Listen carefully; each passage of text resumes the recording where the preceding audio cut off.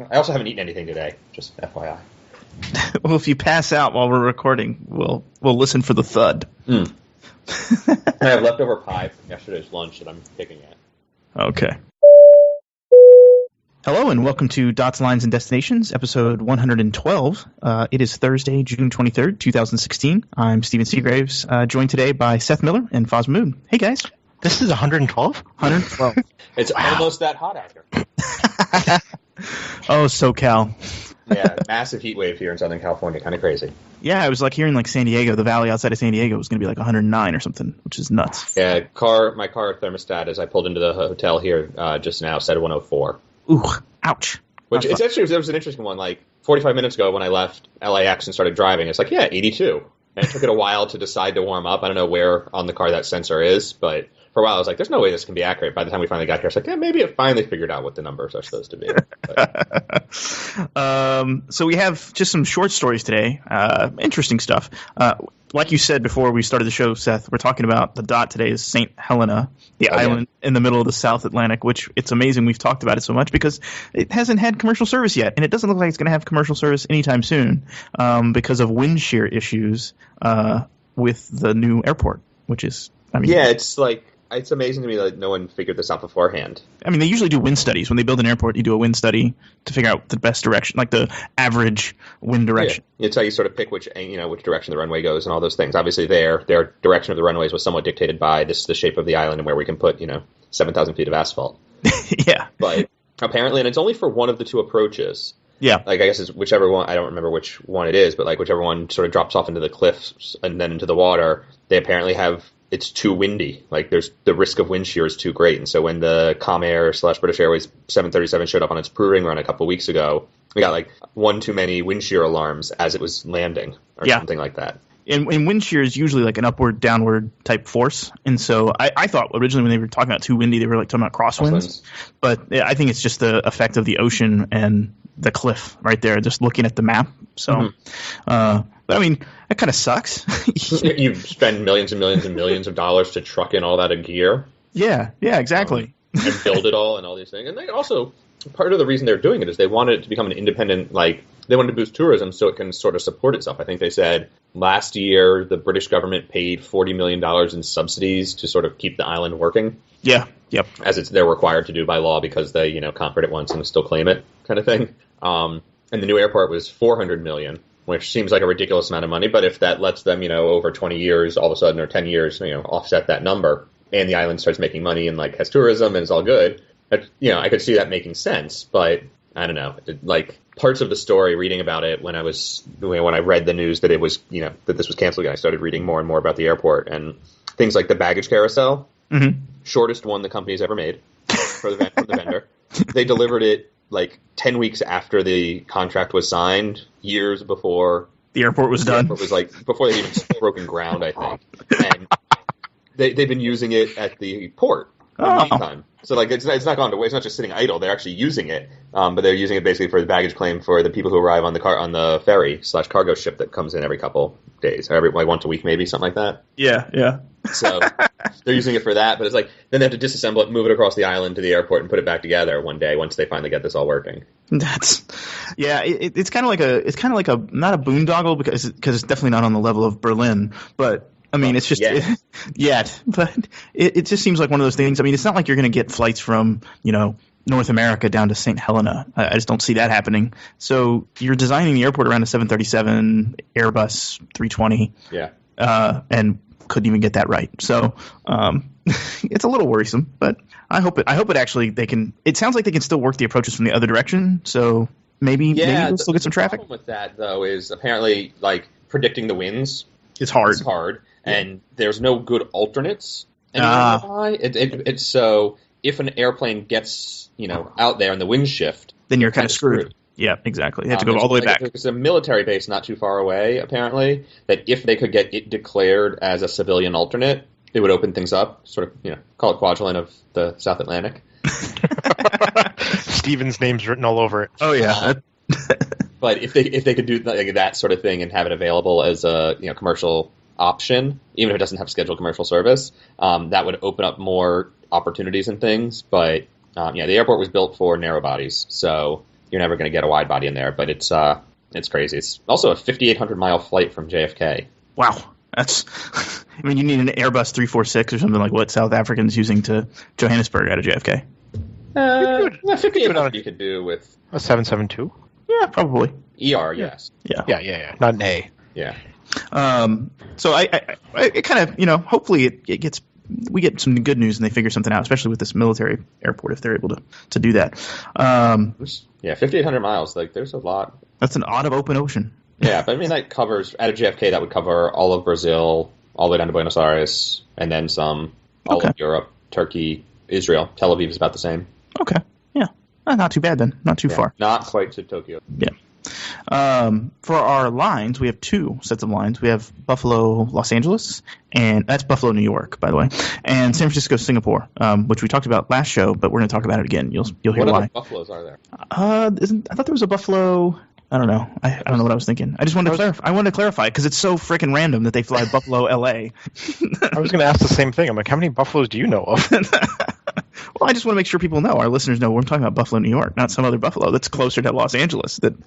Stephen is all about specificity and accuracy. I like yes. Makes up for me being basically about neither of those things. But you flew the inaugural. I did. You didn't fly it. I mean, you flew on it. Yes, I sat there and drank while someone else made sure we got where we were going. With a buffalo wing hat? The buffalo wing hats were on arrival. That was so leaving. They had some, speeches and whatnot from the Economic Development Council and the Tourism Board and the Airport Authority, and someone from JetBlue all spoke as we were leaving from Buffalo. And I actually had wings at the Anchor Bar in the airport, which is right by the JetBlue gates. So that was nice. So a little challenging. The flight out of JFK that morning, I sort of commuted up, and the flight was delayed. My flight was delayed, maybe 30 or 40 minutes. Not a huge deal. But I took the early flight. The flight after mine, which was sort of the natural connection, was delayed almost an hour. And we had the entire plane buttoned up, ready to go, save for 3 people. And it was 3 people coming off that plane, 2 of which happened to be the pilots. So we weren't going to leave without them, but it was close. Good thing I wasn't on. I mean, I would have found a way to get a message to someone like, hold the plane for me, I'm almost there. But it was an interesting little thing. So we got off a few minutes late. But other than that, it was, I love inaugural flights. They're fun. They're different, different and special, and everybody's sort of happy. In this case, JetBlue did in-flight bingo, and they gave away, tickets to someone. I think they gave away 2 pairs of round-trip tickets to just random passengers on the plane. But sort of speaking to how random this line is and what's involved, 140 or so of the seats taken, so not too many empties. Obviously, some were business, people on like me there for the work aspect of it, but a lot of people just like, hey, it was $100 each way, so for $200 round trip, why not go there? Yeah. The there sort of doesn't matter, I feel like, at that price. But anywhere for $100, sure, I'll see what it's like. Obviously, and then there were people like a guy going to visit his daughter just had their brand new newborn, so going to visit his grandkid for the first time, and she lives in Santa Monica, so it was a perfect route and a perfect option for them. Yeah. So it's and there's business apparently also. I haven't quite found it yet, but I've been told that it exists. And we should clarify, it was JetBlue that was operating the flight. I mean, you mentioned them a few times, but and it's once daily, right? So they're operating daily service. It goes westbound like 6 p.m. or so, 6:30, lands around 9, and then turns around as a red eye, gets back at 6 a.m. Yeah, that's interesting that they do the red eye stuff. I'm not a huge fan of their West Coast. I mean, they do that from a lot of places. Basically everything. Every West Coast station, every West Coast route has started as a red eye turn. That's right. Yep. Usually from JFK, but this one obviously is from Buffalo. Yep. Interesting. Yeah. And so this is enjoyable? Yeah, it's a good flight. I like flying on them, but it was a lot of fun. I don't know. It was a good experience when we landed. Got off the plane. That's where we ran into these buffalo wing hats, which maybe I'll put that picture in the show notes. I guess. That should be the featured image. All right, I'll see what I can do. Got to crop it appropriately. That's removing me from it. No, this giant like foam, like the cheese heads that you see in Wisconsin or whatever, but they have apparently buffalo wings, and it's this bright orange chicken drumstick looking thing. I just like that. That's what you sent as your text message. You were just like, "Hey guys." Yep. The other line is San Francisco. Real quick, they also, Buffalo sent its sort of representatives out to LA in advance, and so they had wings at the gate, actual that you could eat wings in addition to these stupid foam hats. And the same sort of speeches and stuff. But it was a nice reception. And it's always amazing to me the number of people who are like, "What's going on here? What is this all about?" And you're like, "You're on the inaugural flight." The what? Huh? And this is the first flight? What? Yeah, people reminds me that sometimes people just buy tickets to go where they need to get to. And the date just happened to line up. Yeah. Yeah. Clearly not me, but, some people out there. Yeah, I mean, it was kind of like the inaugural Portland and Austin flight. Yeah. We're sitting there and they're like, "Oh, this is the first flight we're going to cut the ribbon, and it's the first flight down to Austin from Portland." And people are like, "Really? Like, what? I guess they've always connected through Seattle and just didn't realize that it was a connection." Yeah. You sort of have to worry, like, people saying, "I go all the time. I've always flown nonstop." No, you haven't. No, I don't think you're realizing you're getting off the plane.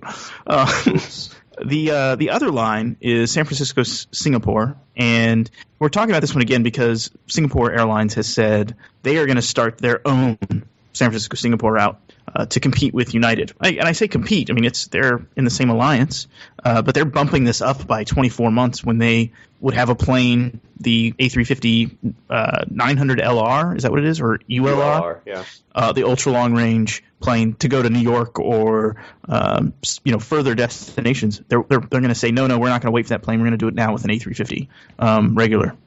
So interesting. What do you guys think? I mean, this is kind of like going head to head. I mean, I guess United kind of jumped out in front and said we're going to do this, and they launched it. And it's doing relatively well, and now Singapore's kind of bringing up the wings. Are they going to have to weight restrict that? I would think so. Yeah, that's going to be a lot of premium seats they have to sell to make it worthwhile. And to make it work, they're getting rid of. So they're not going to rotate. They're not going to have an A380 on Seoul. LA. No, you mean LA. The A380 goes to LA, Narita, Singapore. Yeah. Right. So that's down gauging to 77W. They're moving the Seoul connection to LA. So now LA will have 2 flights instead of just 1. And then Hong Kong will stay in San Francisco and stay as a 77W. And San Francisco gets the nonstop. So it ends up being 4 flights to the 2 cities instead of 3, but on smaller planes. Or one of the planes gets smaller. Yeah. Is that right? Yep, that's right. Yeah, that's right. So, and I guess in San Francisco has seen 380 seasonally via Hong Kong sometimes. I imagine that won't change back to a 380 in the future. I mean, capacity and control, sort of. As weight restricting the A350, do you think it'll be? You think they'll do it seat wise, or do you think they'll do it cargo wise?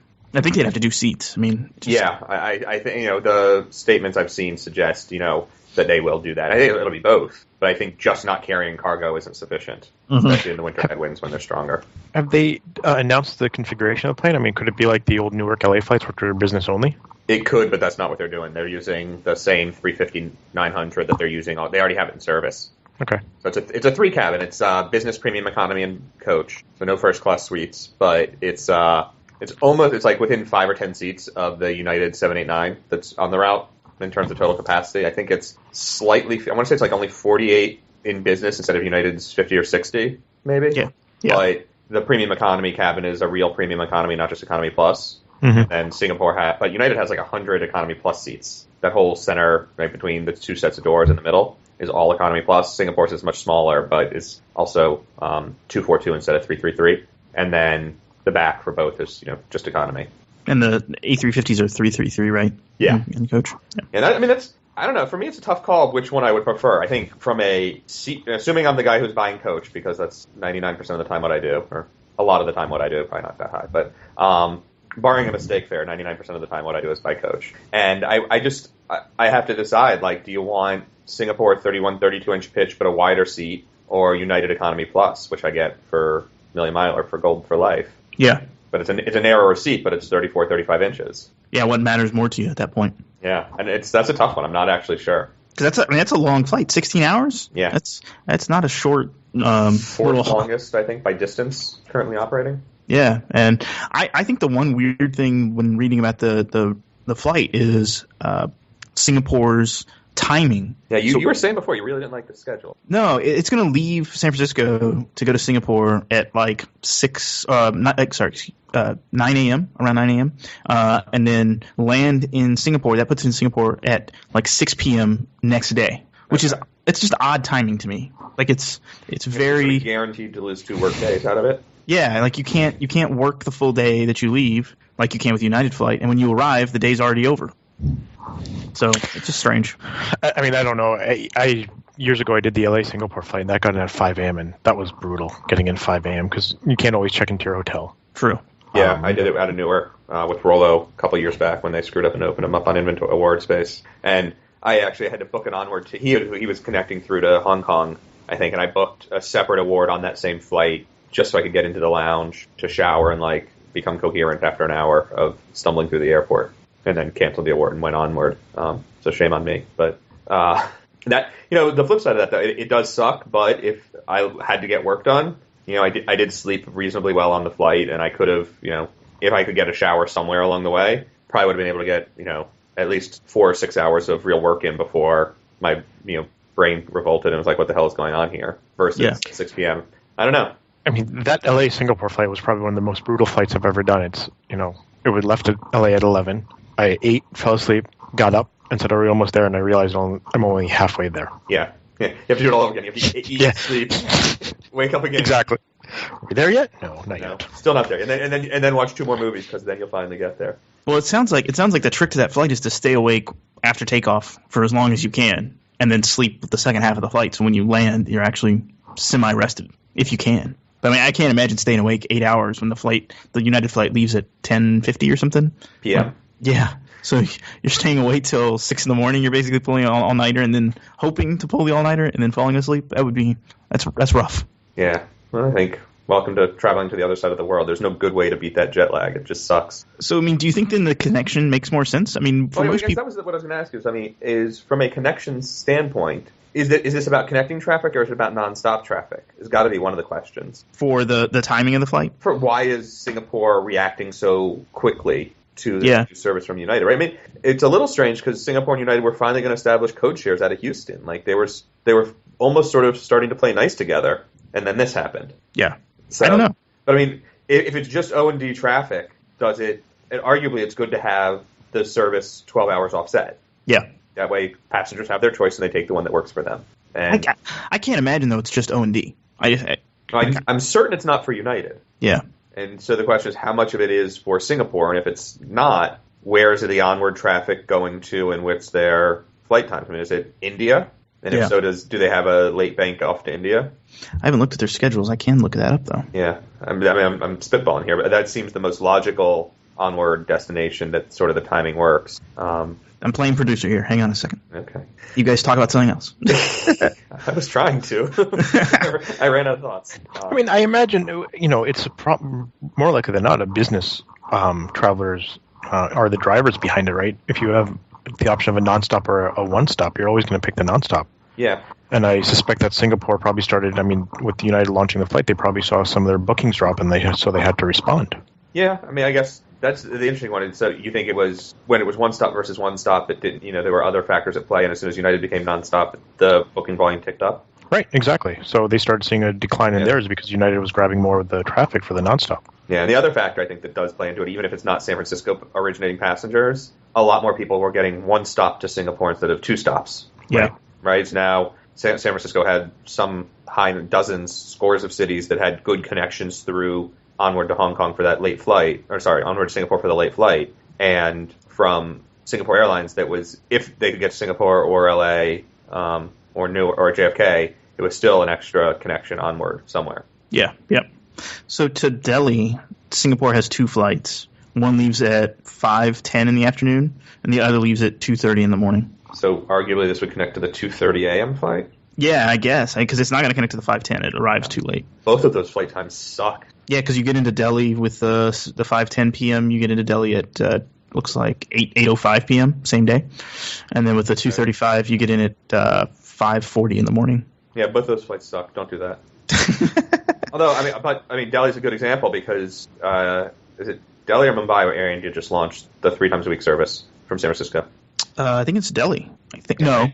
They fly eastbound for both segments. Yeah, which is crazy. Not quite really around the world, but sort of. Kind of, yeah.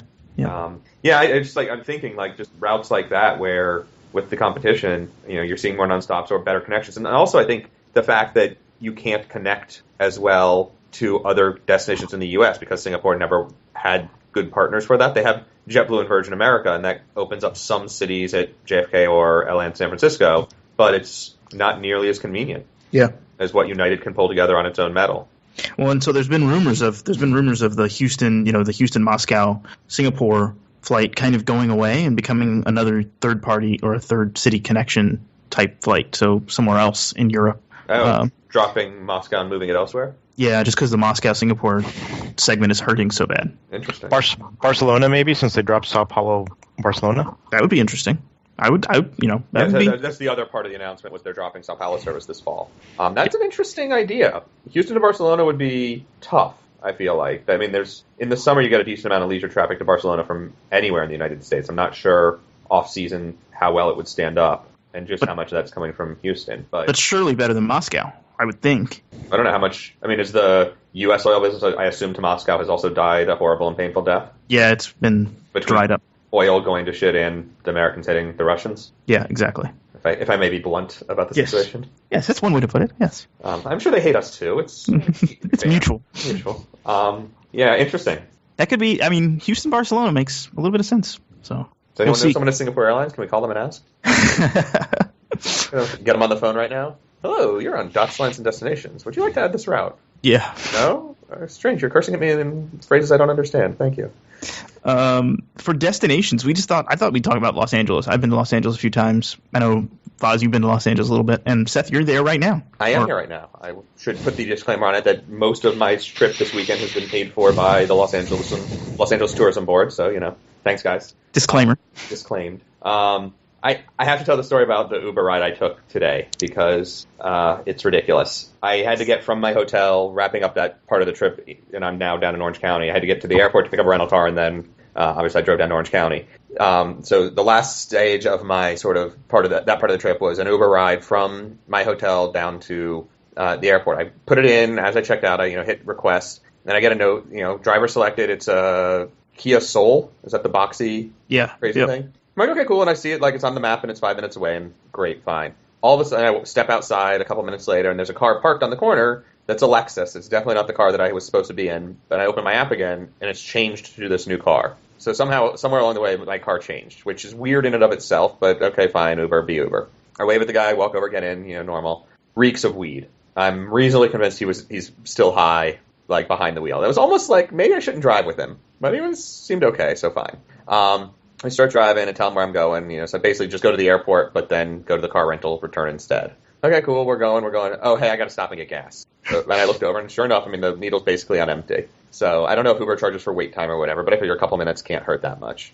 We get off the, and it was all side streets. It wasn't on the highway to get to the airport, which was interesting to me. So I saw a lot of LA that I would never see, I think. Pull into the gas station. He wants to pay with cash to get the gas. The, booth is unattended. There's a sign on the door that says, "We'll be back in 10 minutes." Oh, my gosh. And so, he comes back to the car, he's like, "Yeah, man, 10 minutes to go. Well, just pick another one." I'm like, so we're not going to sit there for 10 minutes. That's the good news. But I'm like, I see he's got the cash in his hand. I'm like, how about I just use my credit card? I'll pay for the gas and you give me the $20 so we don't have to stop again.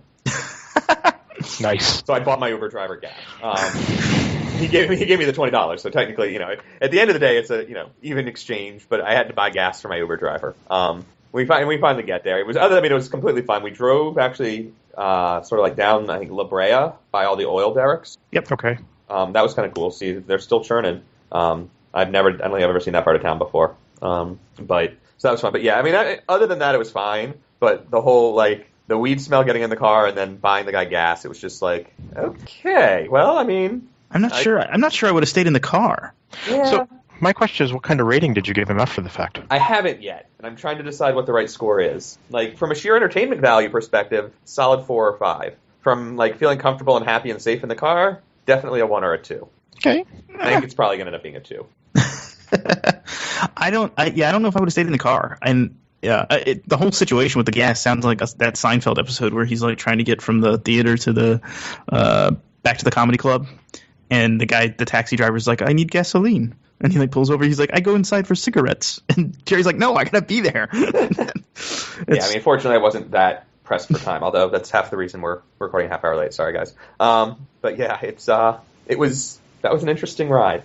I actually kind of like Los Angeles. I hate the traffic part of Los Angeles, but I kind of enjoy it a little bit. I'm ashamed to admit it. You're not actually ashamed. I actually prefer it over the Bay Area. I know. I'm sure our listeners are just clicking their stop listening buttons. But actually, I think Los Angeles is interesting. It's kind of like this amalgam of different cultures kind of mixed up in this city with their own little neighborhoods and stuff, and I kind of enjoy it. Yeah, I mean, one of the things that I found interesting, we stayed downtown. So I stayed at the Standard. It's not my scene, as you can imagine. I could see why some people do enjoy it, if that's the scene you're into. But walking around down there is a certain amount of stuff down there now. Like, you can go out and there are little restaurants and bars and like things that are open at night, and you can hang out and have a reasonable life. I still never saw a grocery store, so I'm not sure how that works downtown LA.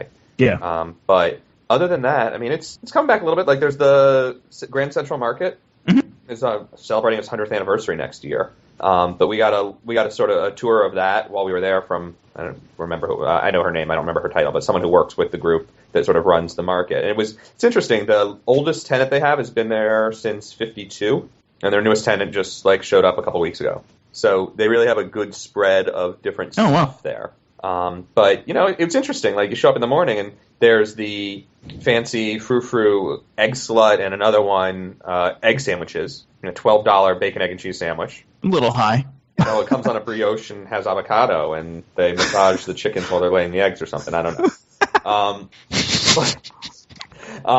Or there's like 5 different taco stands. Taco stand all the way. And so I had one of each because I'm me to compare. And like, a nice carnitas taco where you order it and the guy's just like ripping, literally with his hand pulling the shredded pork right off the bone. And gets the proper size handful, tosses it in the tortillas, and like, I don't know, that shop, they were just having more fun. They had music playing, and they're all sort of laughing and dancing and partying in their little tiny, station there. Whereas like the other people were very serious and very focused on churning out these sandwiches, and it was different. And I agree with you. I would have gone for the taco every time too, but I wanted to try both. So I did not have egg slut. I had a different egg sandwich from a place across the way that I've been told is better.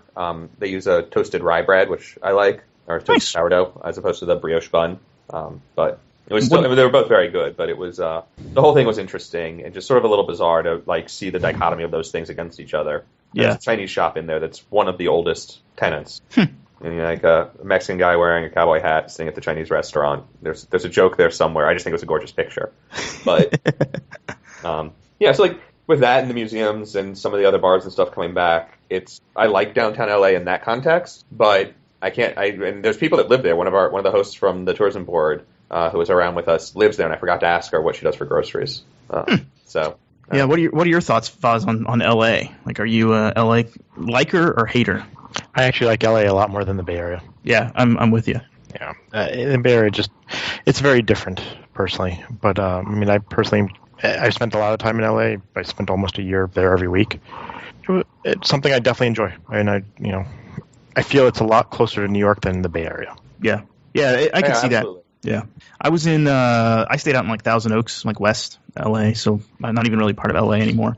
Yeah, dude, that's Ventura County. That is not part of. Yeah, and but then I would go into Los Angeles. I worked in Los Angeles, so I was kind of like opposite commuting because I was working in Northridge, and I would go and venture down into like Santa Monica and then into Venice and all that. And I actually really enjoyed it. I met up with my coworkers in downtown LA, and I thought it was kind of like a lively scene. When my first trip to LA downtown, it was just dead, and there was not a lot going on. And this last trip, it was much more lively, and there were people doing things in the evening, which was complete opposite of what was the time span between those when you say first trip? My first trip there was like probably 10 years ago. Okay, yeah. And it was kind of like, man, who goes down to downtown LA? Like, it's just not what you do. You go to Beverly Hills or you go somewhere else. And this last trip which was just about 6 months ago, was much more lively. So yeah, I will say I rode the metro. I had to get from downtown LA out to West Hollywood, and I did metro to bus. And it worked, technically. I don't know. I still struggle on that front with LA. Just like where in the metro goes where you need it to go, it can be fine. And they just extended the Expo line so you can get out to the beach in Santa Monica. Yeah. But I'm so dependent on metro, like subway service in New York, that going places where it doesn't work well is confusing to me. I think that it's places that have it, but it doesn't work well is what's confusing. Yeah. If you don't have it, you don't have it, and that's fine. I'll do whatever. But like, they've got a subway. The station was a block from my hotel. In the second hotel we stayed at another hotel last night. It was around the corner. It was really easy to get on the subway if I wanted to. I couldn't get it to take me anywhere I needed to go. Yeah. Yep. That's a real problem. I mean, now they have that new line to Santa Monica. Yeah, it's the Expo line, and they extended it, and it's like I didn't get to ride it all the way out there, but it kind of looks like it should work, but you got to get to it. Yeah.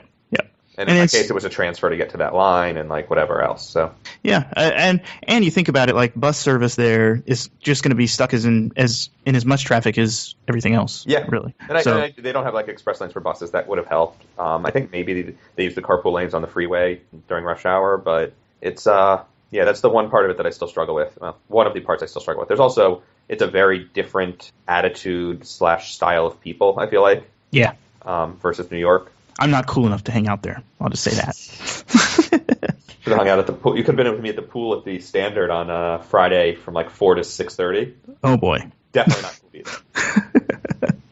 Oh man.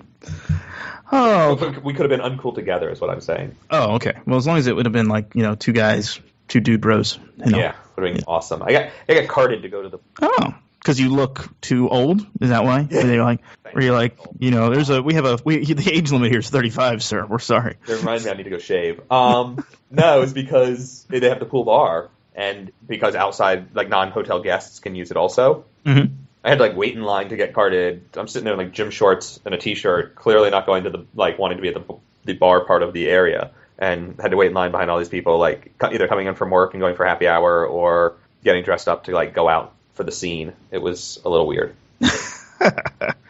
Well, guys, any other stories that you can think of? I can't think of anything else that we needed to talk about.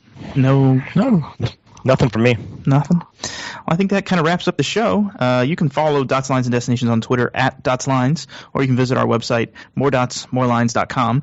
We're happy to hear feedback and love to get messages from our listeners, so just send us something. And thanks for listening, and happy travels. Bye-bye. Bye-bye. Take care.